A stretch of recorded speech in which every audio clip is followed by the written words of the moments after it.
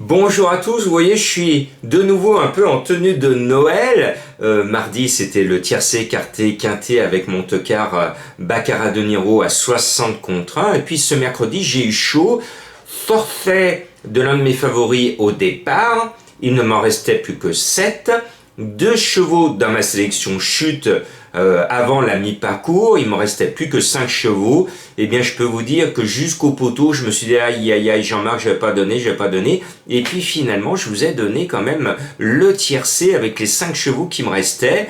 Ouf, ouf, ouf. Alors j'ai droit quand même au pompon du Père Noël parce qu'on va essayer de trouver cette fois encore à la veille de ce jour très important pour tous, la bonne sélection à Vincennes. Et puis restez bien à l'écoute parce que j'ai une surprise et j'ai un cadeau de Noël à tous ceux qui ne sont pas abonnés au Prono du Cœur, mais on y arrive à la fin de cette intervention. Bon, alors 56% de réussite depuis le 1er septembre au tiercé, eh bien on va essayer de trouver, d'augmenter encore le score avec le 12 CD. Et oui, j'ai cédé à la tentation de mettre JMB en tête. Et actuellement, JMB a perdu sa mauvaise habitude. Vous le savez, on était habitué premier ou distancé. Non, actuellement, JMB, il a un pourcentage de réussite extraordinaire dans les quintés. Tant mieux. Tant mieux, je suis heureux de voir JMB au top de son art. C'est un extraterrestre comme l'était autrefois un certain Jean-René Goujon. Eh bien, ce 12 CD a toutes les cartes en main. Sa musique doit être encore plus belle cet hiver. Le cheval est bien.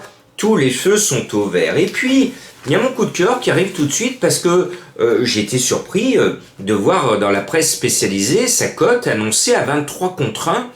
Alors pour moi, c'est un soleil.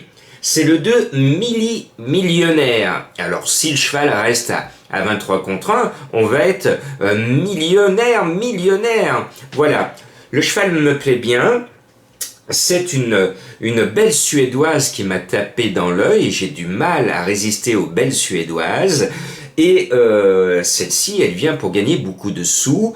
Elle est peut-être même déclassée au gain. Elle va faire une très très belle performance comme elle l'avait fait cette année sur un autre hippodrome français avec beaucoup de style.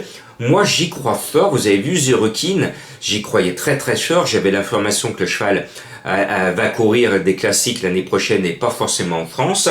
Donc il a gagné, comme je l'avais dit à mes abonnés, mais à vous-même en version gratuite. Je suis content. Et là, je sais que ce numéro 2 ne va pas taper loin. C'est une toute bonne. Et puis le 5, Elena Di Quattro, entre dans sa forme saisonnière. C'est maintenant qu'elle est au top. L'année dernière, elle a fait de grandes performances. Et puis après, elle a accusé un peu le coup. Elle a déçu. Elle n'a pas montré la même valeur. Mais c'est sa course de l'hiver. Franck Nivard est aux commandes. Et vous le savez, depuis dimanche, je n'oublie plus Franck Nivard dans ma sélection parce que dimanche, je me suis fait avoir par notre ami Francky qui nous a cassé la baraque. Bon, on tient 3 bonnes favorites. Je rajoute François Lagadoc, un driver que je suis attentivement parce que c'est un futur grand.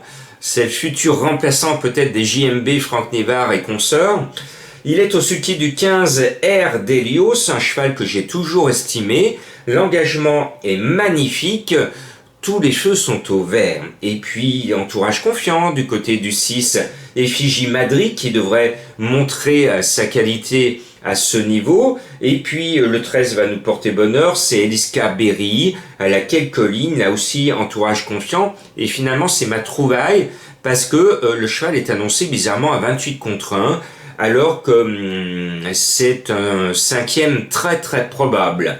Et puis, je me méfie aussi d'un autre driver, c'est Le Bourgeois, qui est appelé de nouveau sur le 8 Éternel Delo. Alors Éternel Delo, c'est bizarrement 28 contre 1. Alors vous voyez, j'ai des cotes croustillantes, mais je me fais pas d'illusions. Ces cotes que je vous annonce, elles vont être bien plus basses. Ça va être du 10-12 contre 1 normalement, parce que vous allez partager ma confiance et celle des autres. Bon, le 8 Éternel Delo, je pense que c'est aussi un peu sa course et qu'elle va montrer son vrai visage. Elle ne va pas taper loin.